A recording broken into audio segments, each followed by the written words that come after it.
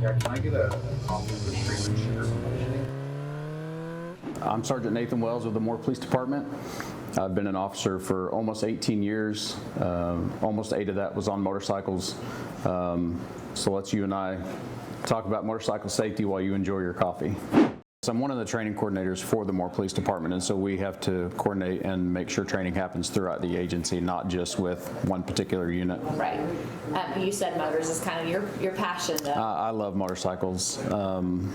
I really love riding. I love teaching people how to ride. I love it when people go out and find training and make advancements that they never thought they could do, because it just builds your confidence in your abilities. So I love everything about motorcycles. Why is training so important? I mean, you just get on the bike and you go, right? Well, yeah, some people do. Some people do get on the bike and go.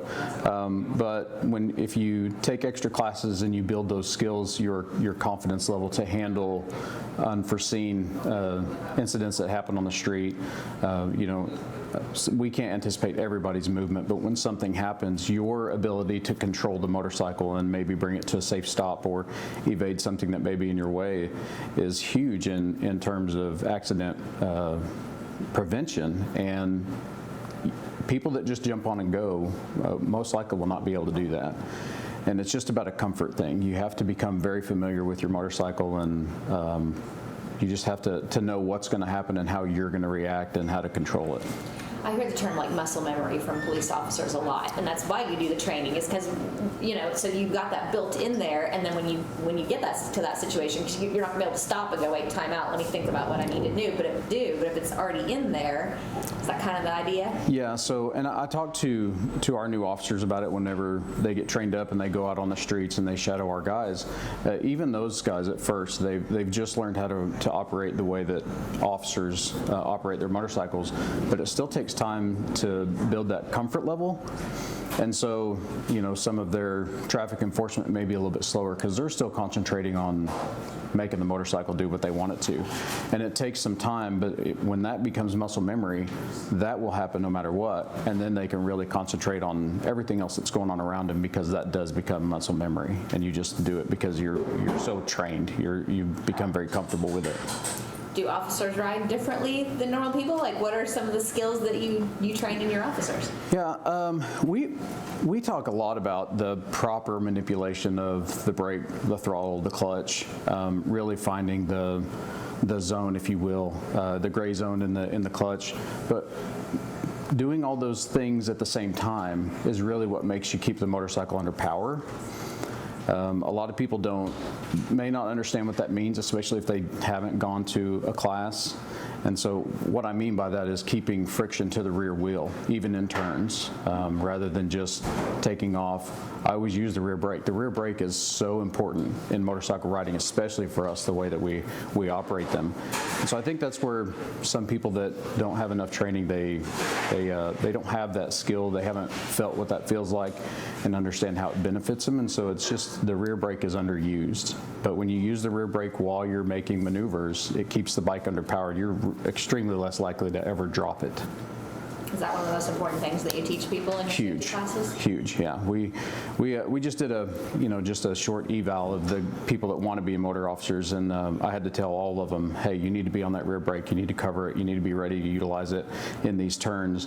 And it was very evident when the guys that would pick up on it very quickly how different they can maneuver the motorcycle because they have control of it. And so if people will just understand what training does for you,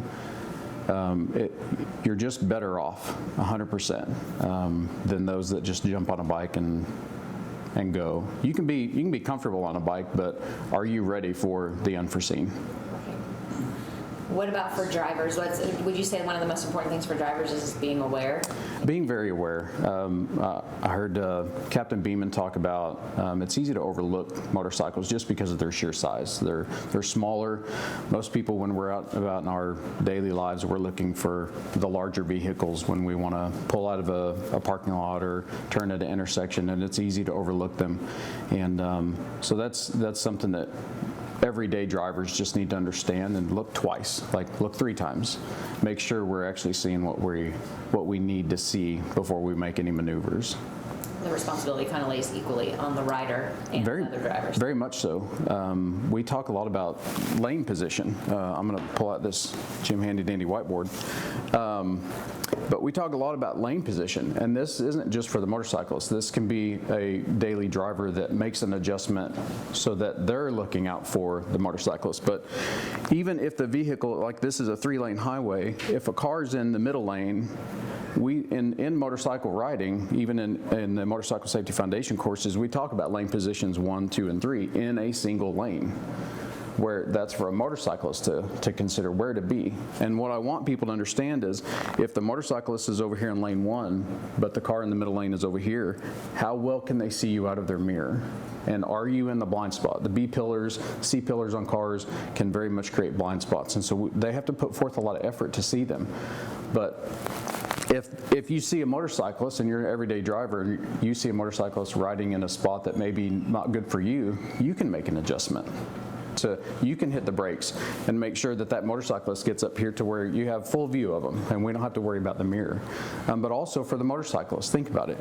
If I were riding in this lane, I'm going to put myself in lane position 3 because that person will most likely have a better chance of seeing me in their mirror, and whenever they look over their shoulder. Can it make it more difficult? Yes, but they're more likely to see you in a mirror. And we can't always count on people using a mirror or over the shoulder, so we have to make sure we're in a good spot and anticipate. And when I ride, I watch what people are doing. I watch their head movement. I can tell you if they're more likely going to change lanes because they look over a shoulder real quick, and I kind of anticipate what's coming. And that's so important to overall safety just for motorcyclists, because if you can anticipate it and see it, and they don't see you, well, you can make that adjustment because you have an idea that it's coming. So lane position is huge. I think like I said, other motorists can make sure that they're in a good spot and do their part to look out for motorcycles on the road. What about protective equipment? When we talk a lot about the helmet, we know that's super important. Are there other things that you tell riders to wear? When it comes to motorcycle safety, they talk about all the gear all the time because it is important to make sure that you're protected in the event that something happens. And I tell people all the time, I say dress for the slide, not the ride, because in the event we go down, we can't go, hang on, I got to put this on real quick because this is getting ready to hurt. And so if people have never had road rash, they don't know how bad that hurts. So yeah, I'm a firm believer in protective gear, gloves, jackets, long sleeves, over the ankle boots. If anybody's ever seen any crashes where somebody got sideswiped and their foot is degloved, as you would say, over the ankle leather boots is huge. And I'm a huge proponent of helmets. I wear one every time I ride. Because I don't want the risk of not being here. Yeah. What about motorcycle maintenance? Huge, yeah. And some people may not understand it. You know, they store their bike in the garage over the winter and go out and start it every now and then. But and if they don't comprehend what the air temperature is doing to the air pressure in tires, and they go out there and get on it and ride, and the air pressure in their tire is low, and they go to hit a tight turn, well, their tire can do what I call walk. It'll try to shift on them because it's not inflated all the way. Making sure that your brakes are good. Brake pads on motorcycles aren't very thick, and the rear ones, if you ride like motor officers, we wear those out pretty quickly, and so we check those all the time to make sure that our equipment is ready for whatever comes at us. What resources are out there for people who want to learn how to ride a motorcycle or maybe just improve their skills? Yeah, the Motorcycle Safety Foundation teaches the basic courses all over the state. You can get on their website and look and find the one that's closest to them that is convenient for them to go to.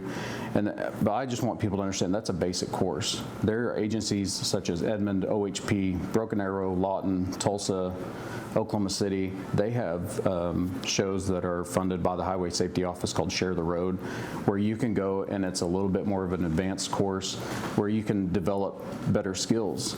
And there's other classes out there that third parties do. I've heard them. I've never been to one. I've never actually looked them up. I know somebody runs one called Ride Like a Pro, another one called Pro Rider, and it is retired motor officers that go out and teach people how to ride like motor officers do. And I want people to understand that just because you go once doesn't mean maybe you didn't grasp all of it. So go again, especially the free ones. It's free, go ride. It's a great time. I mean, you get to go have fun and listen to somebody that really knows what they're doing and give you tips, and you'll pick up on stuff. And so I hope that people really take that seriously and go get as much training as they can. Very cool. We might have covered this, but what would you say is the one thing, the most important thing that you want the public to know about motorcycle safety? For regular motorists, I want them to understand they can't control what reckless drivers do on motorcycles. Speed is probably one of the highest rates of fatality crashes when it comes to motorcycles, and they can't control it, but what they can do is get away from it. For motorcyclists, I just want them to ride right.